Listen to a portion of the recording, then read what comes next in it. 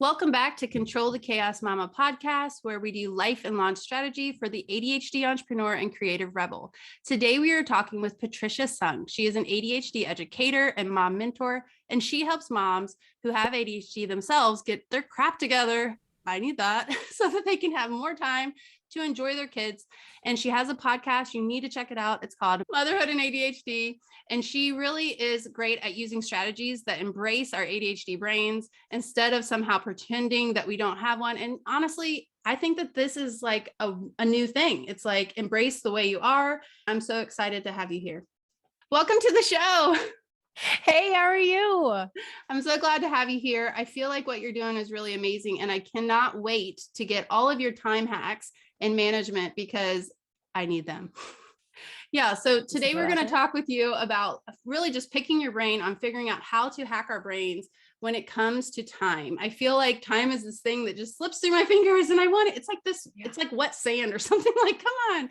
And the thing is, a lot of these processes or things I've tried in the past just haven't worked for me. And so I'm really excited to have some time management for my ADHD brain. So where do we start on this? And I'm also a rebel, so proceed with caution. We consider that as well. Don't worry. Yeah, I agree. It's like I had spent all this time learning from every guru I could and reading every book. And yet I would get to the end and be like, but it didn't work. Why didn't it work? These people have helped millions of people on this planet figure out a way to figure out their time. And yet here I am, and it didn't work. And I finally realized after many years that it was because I was learning from people with neurotypical brains and their neurotypical system. And my brain doesn't work like that. So you can have the best, shiniest system from a neurotypical brain, but if it doesn't make sense, it's never going to work. As much as I pounded my head against the wall and did all the things to the T, it still didn't work because it didn't make sense to me. So I took all of these pieces that I had accumulated over the years and created a system that made sense to me. And not like I planned to teach a class on it. It was just me trying to figure out, like, how do I make this work? Because while I had figured out how to run my life before kids, once I had kids, it was like a whole nother ball game. And a lot of those strategies didn't work anymore because now you're juggling so many more things. And I always say that, like, every time you add a kid, it's not like plus that amount of responsibilities, it's like exponential. So like when you have 3 plus 3 is 6, but if you have 3 times 3, now you have 9. Like it just like exponentially gets harder and harder and harder the more people that you add into the mix. So when you get married or you're in a serious relationship, all of a sudden it's not just your things plus your spouse's things or partner's things. Then all of a sudden you have both of your things. So it's really 3 piles of stuff you're managing. And then you add in a kid, then you have things that you got to organize with your kid, things that you have to organize with your spouse. Plus we always try to manage our spouse and the kid, which never goes well. And all of a sudden you're juggling like 10 times what you were before and it didn't work. So this is how the system was born, sheerly because I needed it. And then when I realized, wow, I have actually stuck to this system for 2 years. It's like mind blowing. Like normally I would do something and then be like, there's surely a better system out there. And then I would try a new one and I'd buy a new planner and I'd buy another course and another book. And I was always trying to find this like unicorn that existed somewhere. And what I needed was the unicorn that I made for me. Yeah, I love that you basically said, like, you're seeing all these things, and instead of modifying yourself to fit into this mold, you decided to create your own. And I think that is one strength, is that we are wayfinders, so to speak. So whenever it comes to owning what you know and basically like creating your own mold instead of just trying to fit into someone else's, like, how did you go about that? Maybe you can tell us a little bit about your story or how in the world you came to have even the confidence to go your own way. Because really that is what it is. It's going your own way. Oh, I never thought about it that way. Thanks. I'm proud of myself now. I really think it's part of it is just like when you put together all the experiences that I've had, it makes sense because I'm an oldest child. Like I'm just used to being in charge and being the bossy one and organizing things. And then I was a teacher formerly before I had my kids. I taught middle school. So having that teaching background is like, I know that there is a way to teach anything to anyone when you figure out how they learn. That is one of the things that I prided myself on the most is I taught Spanish as a second language, and I could get kids who had learning disabilities, who had zero interest in learning another language. Like I could get them all to learn. Now, maybe they aren't going to be fluent one day, but enough that if I can get a kid who's failed Spanish 3 times to pass the 4th time, hey, that's pretty dang good in my opinion. Like, well, and it's confidence. Like they are. So it sounds like you decided like it's working. So if you're looking at your time and you're like thinking, oh, I'm always late, I'm such a mess. It's like really changing your mindset around that, because you're saying instead, like, there is a way, I just have to find it, right? Like you are like, find it, make it your own or tweak things, but like it is possible. And I think that confidence from that is like a really big way to start, because you will get to any goal if you don't stop, right? So you could just pivot or see what's working and what's not. And so I think that's a really big piece that a lot of people miss, is they think that there's one way and it's the way because someone said it and maybe you liked them. And instead it's realizing like we're actually all different. And so just trying to find the pieces of it that appeal to you and your personality and who you are, and maybe having the know-how and the confidence to change it if you can. And I think as ADHDers, like one of our gifts is persistence, that we have overcome so much in the time that we have been alive, and all the times where things didn't go our way. A lot of times we look at that as we failed a lot. But in my opinion, like, yes, I won't deny that we have failed a lot, but we kept going. We kept trying. We kept moving forward. Even if it took us a while, even if we took a break, even if we got knocked down pretty hard and sat there for a while, we keep going. We are overcomers. That's the story of having a learning disability, having mental health challenges, that you continue to move forward even when it's really, really difficult. So that to me is a gift that we have. So I always lean on my persistence. I am not a consistent person by any means. I think that people with ADHD should just throw the word consistent out the window, because then we just beat ourselves up. And instead what we want to do is be persistent. So even if you said, I'm going to go, like an easy one is like, I'm going to go to the gym however many times this week, and you didn't, it doesn't matter that you didn't go 3 times this week. What matters is that today you're still going to try, or tomorrow you're going to try again. Because if you give up, then yeah, you're never going to get to the gym 3 times. But to me, if I at least got there once, that's better than last week when I didn't do it at all. So we don't have to do it perfectly, and we don't have to do it how everyone else said. But the fact that we kept going, that is a beautiful gift of ADHD. Yeah, it's like this art of becoming. And so, but we get impatient. We're just not very patient. So it's like, oh, so we want to hurry up and get to the finish line, or maybe we get bored. So let's say that someone decides they have the confidence of like, all right, I am going to get organized when it comes to my time, because there is this part of the reason why maybe we're not organized when it comes to our time is maybe because we have ADHD, right? But it's not necessarily an excuse, because now we know this thing. So how can we use this information that we have in order to make a way that will fit our brains? And I know that you do some flexible structure for my wild mind. So let's dive right in and see. So how do we do that? But how is what I want to ask. Yeah. So the first part of being successful with ADHD is learning about your brain. You have to understand not only how does ADHD function in and of itself, but then how does it affect you as a person? Everyone has their own flavor of ADHD. No one's ADHD is exactly the same. So how does it affect you in your day? There's going to be parts of ADHD that other people really struggle with and aren't as hard for you. And there's going to be parts where you see other people doing it, but that's really difficult for you. So understanding your brain and your specific recipe matters. So when you're looking at your time, we have to consider all of the ways that we're going to get off track as a mom, as a parent, like as a business owner, as someone with ADHD. And like when I teach this in my class, like we talk about what are the things that are going to happen? Like, we know that our ADHD is going to get us off track during the day.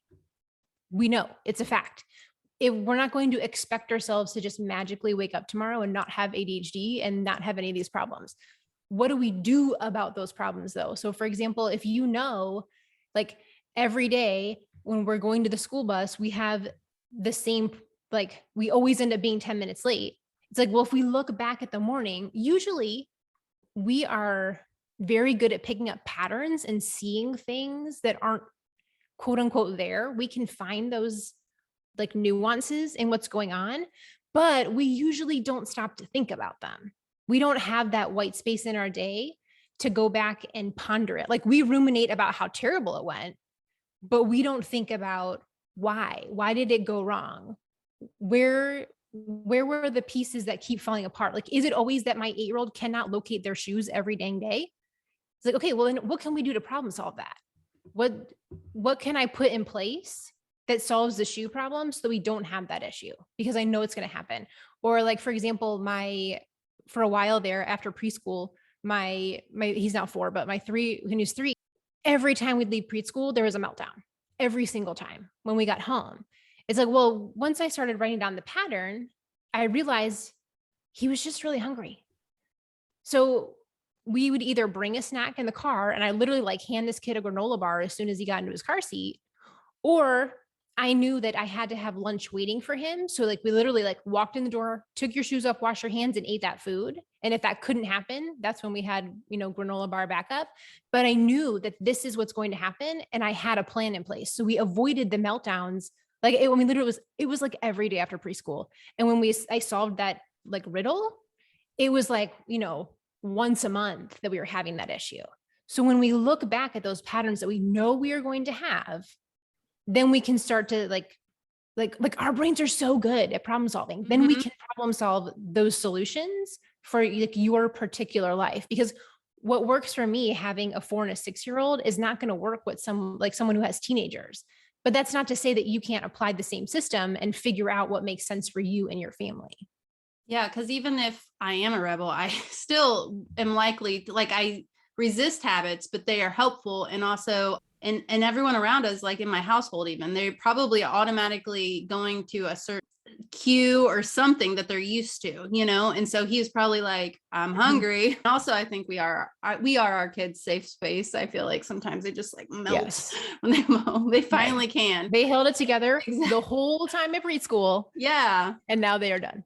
Which, as you were talking, I was even thinking about how we could use that same idea around being an entrepreneur, because how many times do we like start a new project or a new system or something like that, and we almost get surprised that we have bumps in the road, like almost like, did you think it was going to be perfect? Did you think there weren't going to be any parts of that new thing, brand new thing that you were going to do that weren't going to get in your way? It's kind of like realizing that it's going to happen. So how can I prepare for it? And then whenever we let it shut us down, I think that is a form of self-sabotage. Like we're trying to hold ourselves into a certain section instead of grow.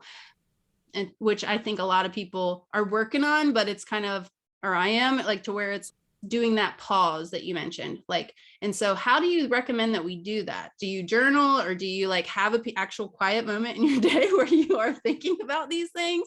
Or like, when do you do that, or how would you think that looks like? So, I mean, it'll look different for everyone. Some people really are into journaling, and some people do like to do like quiet time in the morning where they can have that space. For me, what helped a lot was just in the moment, like whenever the doo-doo is hitting the fan, is to jot down a couple of notes right then. Like, I mean, obviously after once we got the meltdown sorted out, but like right then, write down a few thoughts so that it was fresh on what occurred, so that I could start to see the patterns. Because one of the things with ADHD is that, the way we remember things back isn't always all of the details. Yeah. And then we start doubting ourselves, like, well, did I remember that correctly? Well, I'm not sure. Maybe it's me. Maybe I'm the one who's the problem. So if you can write down those notes right then, and having a designated time where it's going to be quiet to ponder those things. And it can be as simple as like waiting in the carpool line after school, or waiting for your kid to finish taekwondo lessons. Like, it doesn't have to be like this Zen moment where you light candles and ponder your life and get out your journal for an hour. It doesn't have to be like that. Like it can fit in mom life, in entrepreneur life, in those little cracks and crevices. Cause even thinking about a problem for 5 minutes is going to help your brain sit on it. I like to call it marinating. It's like once you bring attention to it in your mind, you kind of like tuck it in the back and your brain kind of sits on it. And those are the things that pop up when you're like in the shower, or all of a sudden, you wake up at 3 a.m. like, oh, I got the you answer. Can't sleep because you're like, oh my gosh, I just realized I have all these ideas. Yeah. And like, but if you purposely like, I know this is going to sound kind of goofy, but it's like, if you tell your brain, I need you to think on this problem. Our brains are brilliant problem solvers. And as you develop that skill, like you will see those things pop up. So you can literally say, I'm only going to spend 3 minutes or however long I'm sitting in this carpool line or, waiting for piano lessons. And that is enough. It doesn't have to be some fancy pants, perfect scenario. It can fit in the life that you have. Well, and then it leaves room for you to be able to problem solve it and juggle a little. So say I go to the gym and then afterwards I come back thinking that we're going to have lunch and then I'm going to go work, right? And like a work block type thing. Well, that might not work because maybe my toddler kind of, wants the attention and to play and all that. So, right. But if I juggle that around and maybe go to the park, which we've been doing a lot, to where it's like, all right, I filled your tire tank. Like we're going to come home, eat lunch, and then you're going to rest while I get some work done, So it's kind of realizing kind of where the weak spots are, as well as, like you said, like it's kind of like detective work, like figuring out, where is it breaking down? And I also heard you say this, which I think is important, that like, it's not automatically always our fault as the mom, as the, one in charge and stuff like that. So probably even taking that off the plate, like there doesn't have to be blame. So yeah, I love that. All right. So now we know kind of where the weak spots are and what it looks like. What's the next step? So step 2 is, for being successful with ADHD, is putting on your oxygen mask first. So you have to take care of you. And that means when you look at your time, is creating a framework that makes sense for your life. So it's a flexible structure. It's not set in stone. We're not sitting here and saying at a precisely 11:02, we are going to begin our work block and we are going to work for 7 minutes on email. And then we're going to stop. Like that doesn't work for our brain. Our brain isn't going to like minute by minute count things. If you can write an email in 7 minutes and send it and have all that, then please let me know, because y'all ain't got an email from me in a long time. And that's why. But that's what we feel like when we say time management. We think we have to schedule out every minute and account for like every detail. And in some ways, yes, our brains need more detail, but it doesn't have to be rigid. It's not like a prison. You are not confined by the system that you set up. Your system is there to serve you. It is your tool. And if it's not serving you and it feels like a hindrance and it feels like it's suffocating you, then it's not helping you. That's not the point. That's not why we create a system. The whole point is to serve you and what you need. So you need to create something that makes sense to your life. So creating that flexible structure, and also learning the skill of prioritizing, which our brains don't do automatically. It's just not something that most of us were born with. And so learning, how do I prioritize? How do I figure out what really matters in terms of like today, in terms of the morning? How do I know what really makes sense? Like, what do I need to do right now? That part is something that's a learned skill for us. So figuring that out. And for everyone, that's going to look different. Again, like that's why I created this class to like make sense for you, because the way that, like you were saying earlier about, with your toddler, it's like, if you don't spend time with them after the gym and fill up that tank, you're never going to get anything done in the afternoon because they need that love and attention.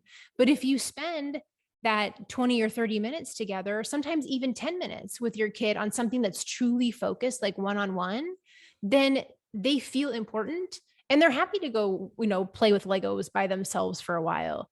But it's a matter of figuring out how that fits your day, because how you're going to set up your day with a toddler is a lot different than how you're going to set up your day with, elementary school kids. Well, and the difference that I'm finding with what you're talking about is that it's owning that you actually do have control. Like how this day goes, it all depends on you. So whether and that's not even based on all the tasks getting done and all the doing and all that, but even like the joy, the play, the fun and all that, it's really dependent on how you decide that it's going to happen or that it's going to work. And then having that flexible thinking, which sometimes can be really hard, realizing, that like stop and pivot whenever you have something in your head that you like, this is what's going to get done today. And I felt that before too, almost like this resentment a little bit, like I want to just do this thing and I can't because of motherhood. And so it can be kind of in the way a little bit, but really it's kind of, I think almost even thinking like, well, why are you doing the thing? Like, why are we even doing our work? Partly it's because we want the freedom, the control, or the like time to play, right, with our kids, or like, you know what I mean? Sometimes it usually goes back to them. I like this is part of the prioritization of a mom. Like you just had to pause and deal with kids for a second. And like that's part of being a mom and running a business, or being a mom and homeschooling, or being a mom and whatever else you do, or just being a mom. It's like we are constantly being interrupted, quote unquote interrupted, all day long. And that is very hard for our brains. But that is also part of the job, is the interruption. So learning to plan your day around that makes it so much more, it's just easier to deal with, because it is hard for our brains. Like our brains don't do well with flexibility. Sometimes they don't do well with transitions. They don't do well when we like have to stop and pause and then pivot back again. That's really hard for us. But when we go in with a plan, knowing that that's how it's going to go, then you can start to put together the pieces of your day where you know, like, these are the things that have to get done today. And these are the things that I can let go. So when like somebody all of a sudden vomits, you already know going in, this stuff has to get done. This is nice to get done. And this is like lovely dreamland that probably isn't going to happen in motherhood. Like once you know what it is you have to work with, it's so much easier to make a decision. Plus you can then pivot faster because you already know like, okay, I have to get these things done. If I have to shove something to the side, I know I'm jettisoning this thing over here, but it makes it so much easier to deal with. And then you don't feel resentful to your kids. And you're like, well, I do my job so that I can like provide for my kids, but here I am being mad at them that they're ruining the thing that I do for them. And all of a sudden and for them being kids. So it's like you're beating yourself and them up for something that was an unrealistic expectation in the first place. And like, don't mind me. I'm just going to point out that like, I'm preaching to myself here too, because the same thing, I'm like, my kids do the same thing to me. And I'm like, but I mean, that is part of being a mom.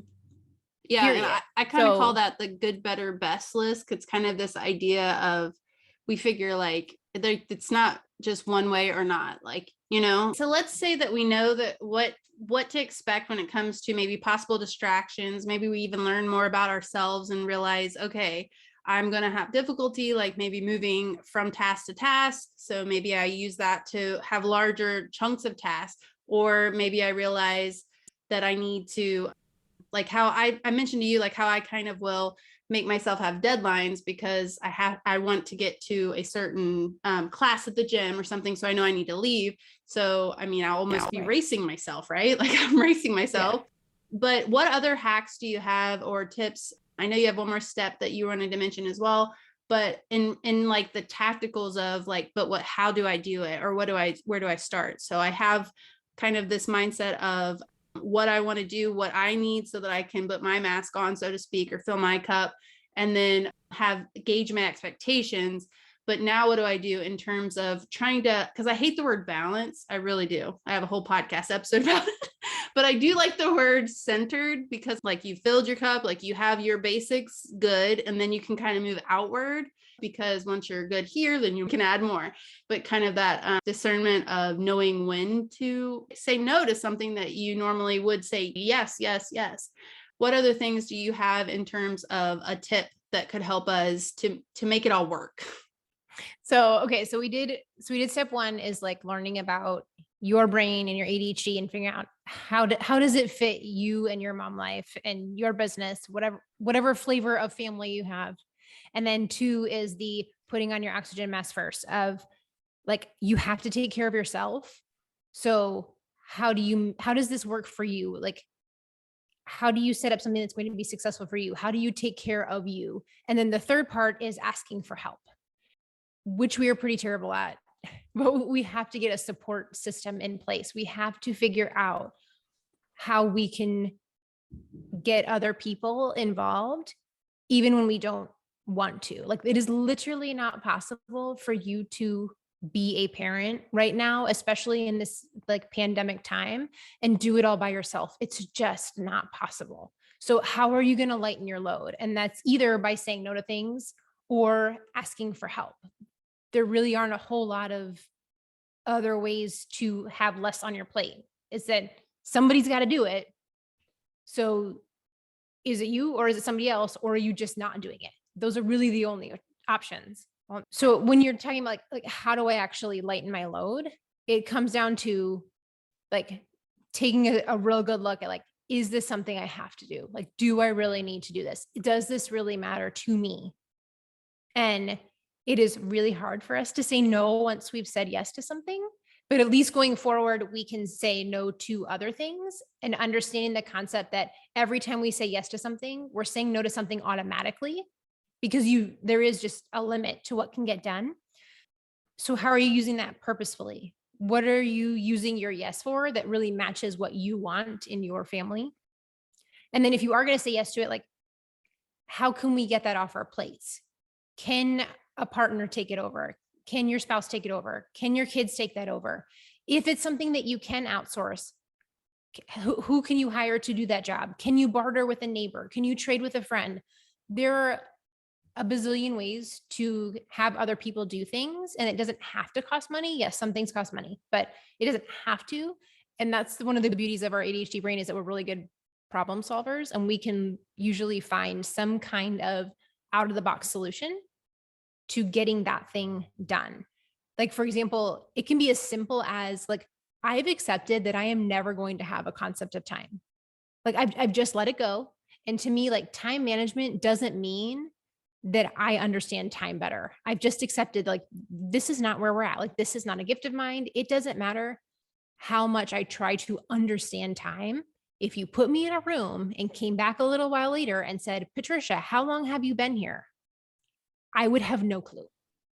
I just don't know. I like that internal clock is not there for me. So that looks like when I'm trying to judge how long something takes, I will ask my husband and say, okay, here's what I think we need. Like, for say we're going to the airport. Here's what I think, this is enough time. Is this right? And being okay with saying to someone that you obviously that you trust and you feel safe with, of, is this a realistic expectation? Most of the time, the answer is no. It's not usually like a reasonable expectation, but in him walking me through that, I can see, oh, okay, here's where I forgot to account for this or that. And then I can start to accumulate that into my process, but I'm never going to expect myself to understand time. But I can ask somebody who is good with time and say, is 45 minutes a realistic expectation to leave the house and get to school on time? And my husband will look at me and be like, no, that's crazy. You're never going to get out the door in 45 minutes. So that's a way that you can ask for help that isn't like a monumental thing.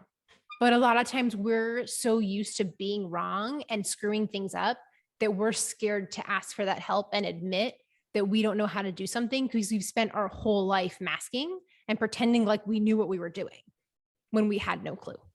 I was thinking like, so you could ask for help for someone that you trust, but what about, do you think it's a good rule to maybe just like 3x the time? Do you know what I mean? Like, or some sort of, all right, so you think you're going to get this done.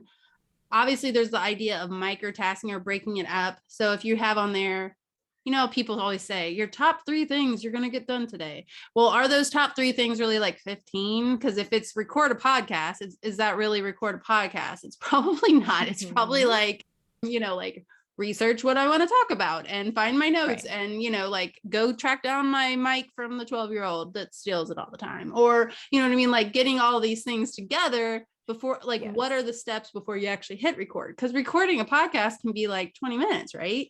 You know? Yeah. And so I think that's probably why some of those shortcuts, like I do allow it to be okay that I record from my phone sometimes, because that is just the button, you know?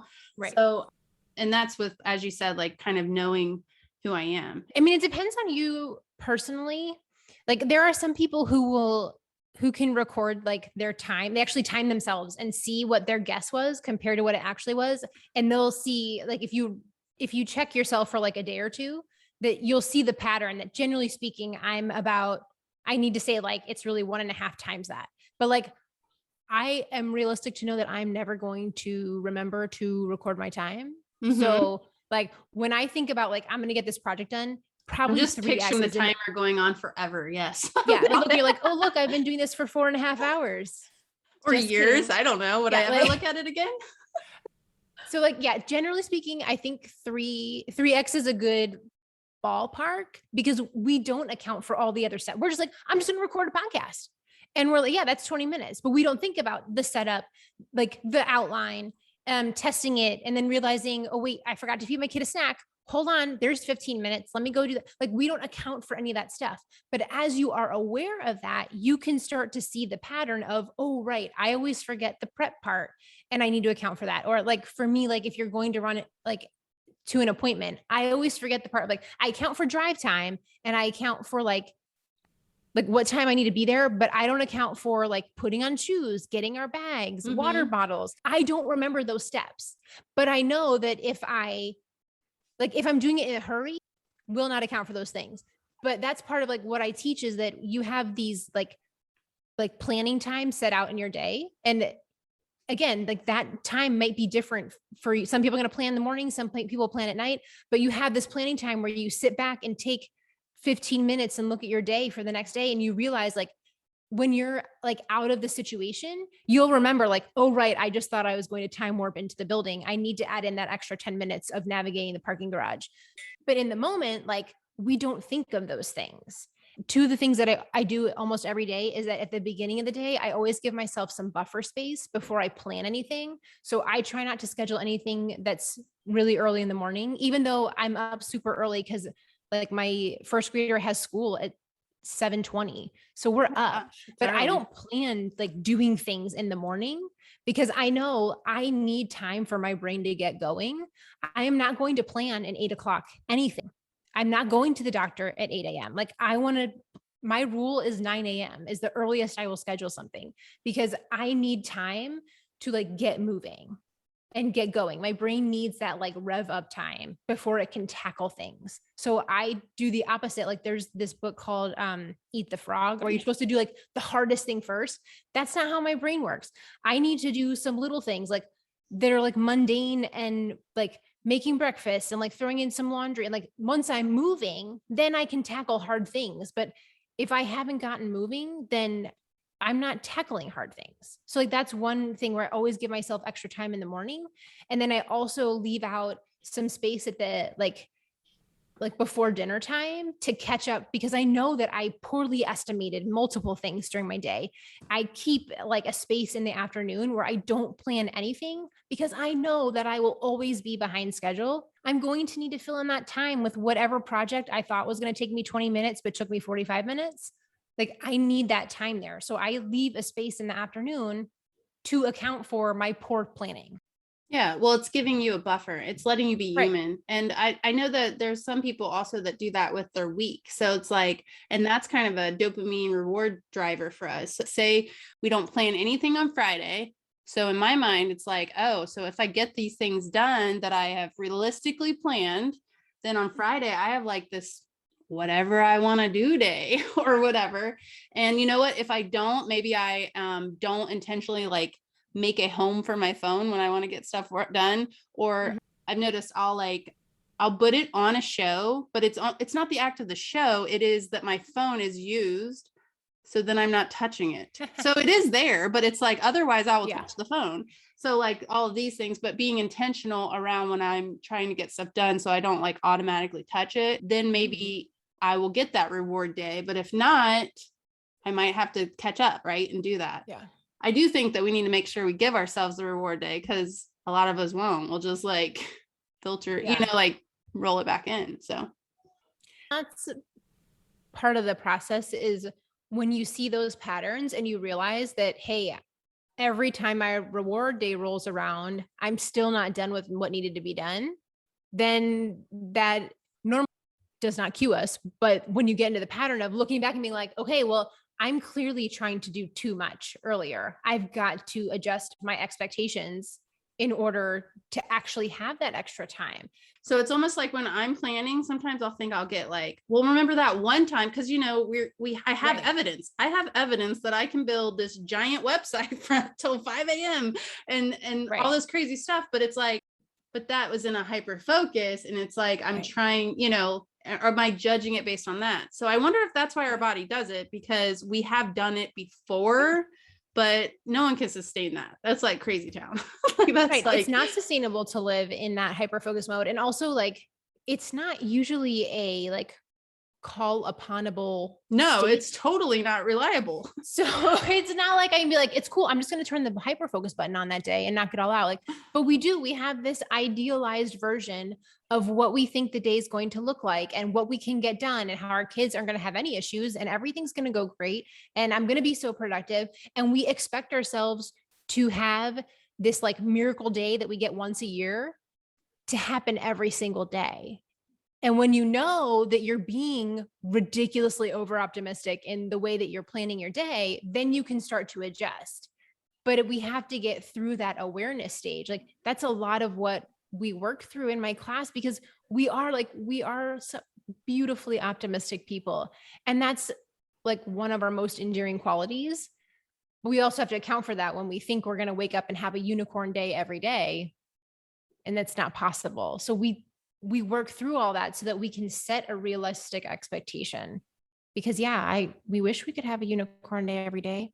I just thought of the TikTok, how the bones or no bones day, where the guy, he has a dog and it's like the dog just flops down on some days. He's like, oh, it's a no bones day. It's time to relax. Or like he holds him up and he like stands strong. Well, that's a day you're going to get stuff done. And it's kind of like even Bones has a no bones day. All right. Like give yourself some grace. And especially for women, like our cycles have a huge impact. Like you talk about this a lot with cycles. And it's like, you think you're going to have this crazy productive day and all of a sudden your cycle starts 2 days early and now you have no energy. So we want to create that into our flexible structure, is that if I'm having a day where I feel like doo-doo, what am I going to do about it? Like, how do I adjust so that I'm not beating myself up? What's my backup plan on how I'm going to rearrange my week to still get done those things that I have determined have to get done, but yet honoring my body on the days where it needs rest? Yeah, I think that is a lot of times where we fall short, because we're not giving ourselves grace. And instead we go in the downward spiral of, oh, I'm horrible. I suck. Like, why am I even doing this? Like, and then we lose confidence, and then it's just a spiral. And that maybe we quit and start something new. I don't know. All the feelings, emotional regulation, all of that comes into play. I feel like you've given us so much to figure out how to build some flexible structure, time management hacks without it feeling like a prison. Because as a creative rebel, sometimes some of the other ways I've heard can feel very restrictive, or like I don't have control. So this whole idea that you actually can have control by doing some of these flexible structures and having that really the control to be able to direct it however you want is something that is actually empowering versus constricting as some of the other programs. So if someone wants to find you, or how can they learn more about your class, where would they do that at? So you can find me at Motherhood in ADHD everywhere. So that's my website. So you can find the podcast, and there I have my courses. If you want the shortcut, it's bit.ly/ADHD Mama, all lowercase letters. And I teach 2 different classes. So we have daily planning, which helps you with the basics of like your calendar and your to-do list. And once you have that foundation in place, that's when you would go to time management mastery for ADHD moms. And that's where we dig into like, how do you actually make a flexible schedule that makes sense for you, for the stage that you're in?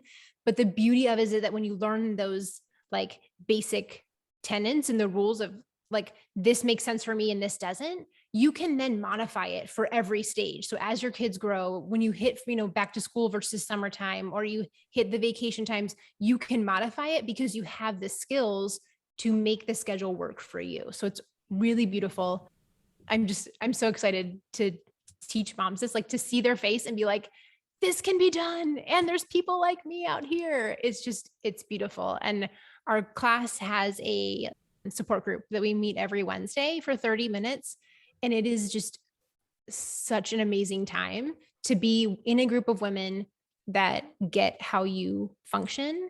And it's such an amazing community of women that are all there cheering each other on, and just knowing you're not alone is like gold. So yeah, motherhood and ADHD website, podcast, Instagram, wherever you want to find. I love that. And I feel like really at our core, everyone wants to feel seen, heard, and knowing that they're not alone. So I think that that's really great, everything you're doing in the world. So keep it up. And I just want to tell all of you, until next time, wishing you joy and abundance, Angel.